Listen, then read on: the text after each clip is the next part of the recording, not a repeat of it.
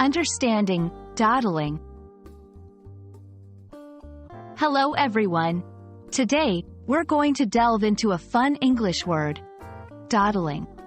If you've ever taken your sweet time doing something, or perhaps seen someone move very slowly when they should be quick, then you've witnessed dawdling in action. Let's unpack this word together. Dawdling is a verb that describes the action of wasting time, being slow, or lingering. It often implies that the person should be moving or acting more quickly than they are. Imagine you have to be at school by 8 a.m. If you're still at home at 7:50 a.m., taking your time to choose a pair of socks, you're dawdling. To get a better grasp of the word, let's look at some examples. Hurry up! Stop dawdling and get ready for school. She spent the whole morning dawdling over her coffee and reading. If you hadn't been dawdling in the toy aisle, we would have been home by now.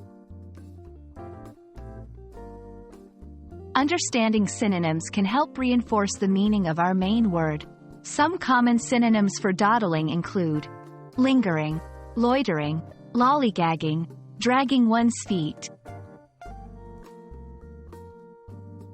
The opposite of dawdling is being prompt, quick, or efficient. Some antonyms, or opposites, for dawdling are hurrying, rushing, speeding. So there you have it. Now you know what it means when someone says you're dawdling. Remember, language is not just about understanding words but also about using them effectively. So, next time you see someone taking their time, maybe you can playfully remind them not to dawdle.